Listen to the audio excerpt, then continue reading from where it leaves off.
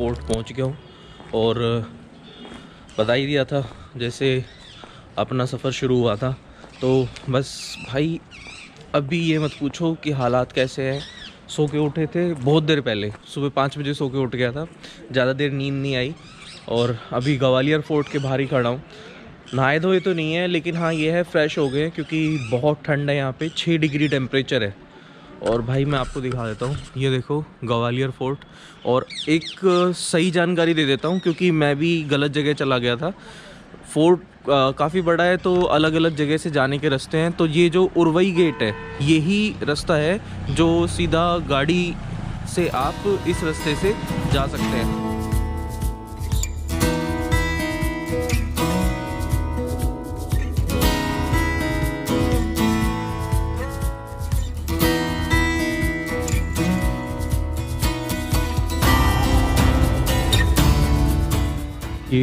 ये खड़ी है अपनी गाड़ी और यहाँ से रास्ता जाता है गुरुद्वारा, रास्ते में पड़ता है, फिर तेली की लाट, सास बहू मंदिर, गुजरी महल, मानसिंह महल, सिंधिया स्कूल। अच्छा ऊपर कोई स्कूल भी है। ये रास्ता देखो ऐसे चढ़ाई चढ़ रहा है ऊपर की तरफ। अभी भाई खिड़की खोलने का मन नहीं कर रहा, लेकिन क्या करूँ, शीशा साफ़ है वैसे, शीशा गंदा नहीं है, पर फिर भी थोड़ा सा बाहर से जो व्यू आ जाता है ना, एक नेचुरल वो वाला व्यू लेने के लिए खिड़की खोलनी पड़ेगी थोड़ी सी। देखो भाई गाड़ी एकदम ऊपर ऊंचाई पे, सुबह सुबह इंजन को ताकत लगानी पड़ रही है। और भाई एकदम खड़ी चढ़ाई है ऊपर के लिए। मैं थोड़ा स्पोर्ट्स मोड लगा लेता हूँ। ये देखो ऊपर के लिए एकदम खड़ी चढ़ाई है। ये यहाँ के लोग हैं जो यहाँ पर आके यहाँ रनिंग वनिंग कर रहे हैं। ये स्कूल है, दो सिंधिया स्कूल था, ये रहा यहाँ पे, ये स्कूल है सिंधिया स्कूल। ऊपर गुरुद्वारा दाता बंदी छोड़ किला, इधर की तरफ गुरुद्वारा है ये। और इधर restaurant and fort view cafe है। तो चलो एक बार चलते हैं रेस्टोरेंट फोर्ट व्यू कैफ़े की तरफ, देख के आते जब आए हैं तो कैसा है।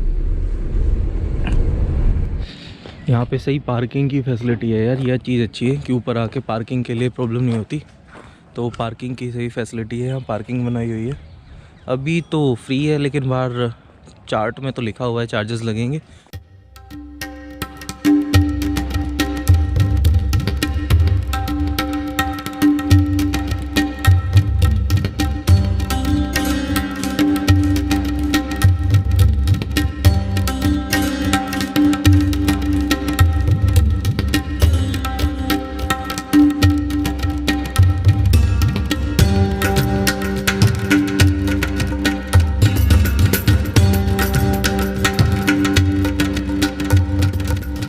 इसमें जैसा लिखा हुआ है ऐसी 2 टिकट आपको मिलेंगी।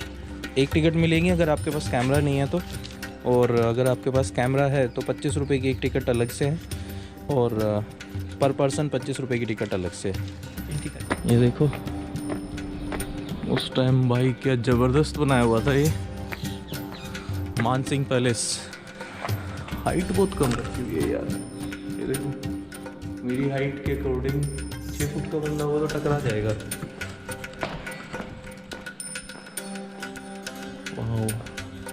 देखने में बड़ा अच्छा है भाई, मानसिंह का महल अच्छा है। और बताते कि अंग्रेज़ों के टाइम में जब गुलाम हो गया था भारत, तो तब इस महल को शाही जेल के रूप में इस्तेमाल किया जाता था। यहाँ से आप बाहर देख सकते हो, नीचे जाने का रास्ता है। ये भूल भुलैया है बिल्कुल ही।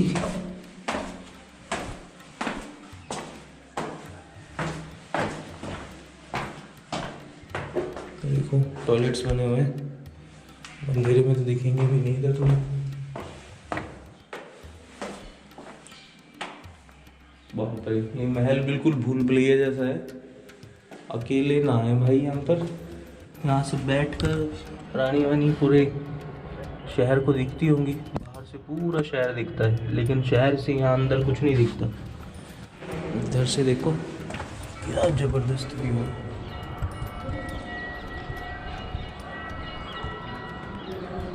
पूरा ग्वालियर शहर यहाँ से मस्त दिख रहा है।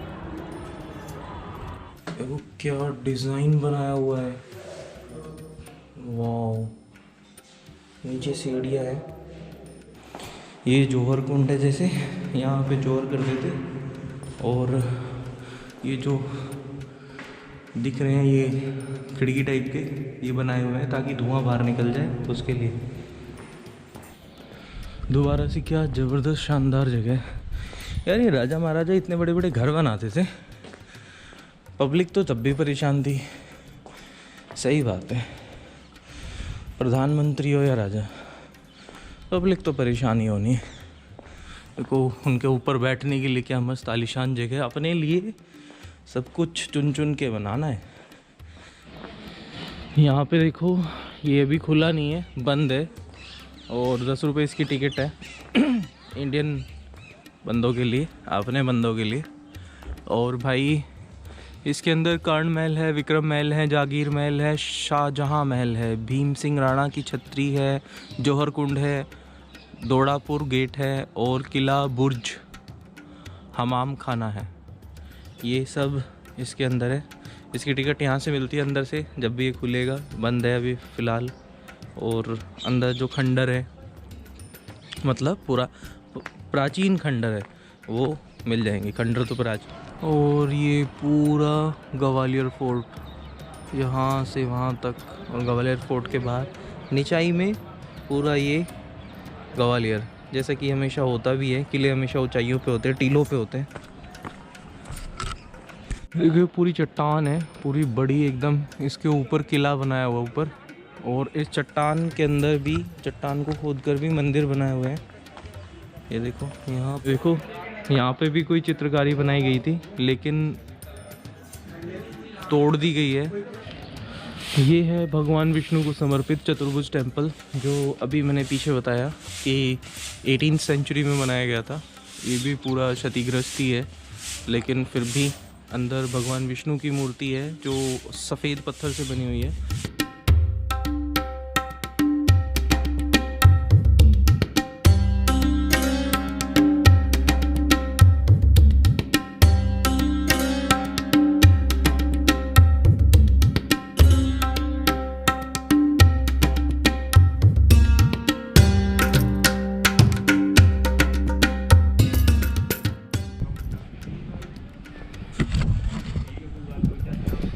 ये सास का मंदिर है और वो बहू का मंदिर है। वो छोटा है थोड़ा, ये काफ़ी भव्य है, बहुत बड़ा है ये।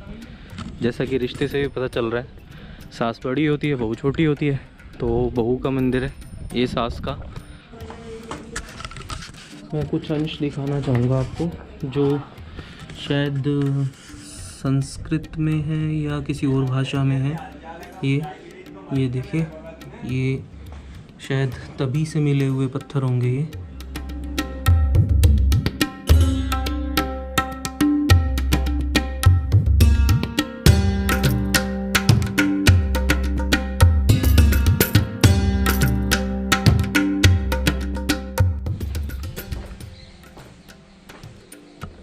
यहाँ पे मुख्य मंदिर था जहाँ पर मूर्ति रखी गई होगी भगवान विष्णु की, लेकिन अब नहीं है और क्षतिग्रस्त है पूरा।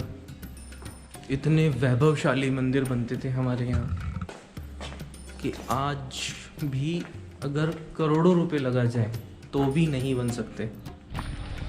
अब जा रहे हैं बहू के मंदिर की तरफ। ये जो दिखाया था ये सास का मंदिर है और ये भगवान विष्णु को समर्पित है। और ये बहू का मंदिर है जो कि भगवान शिव को समर्पित है।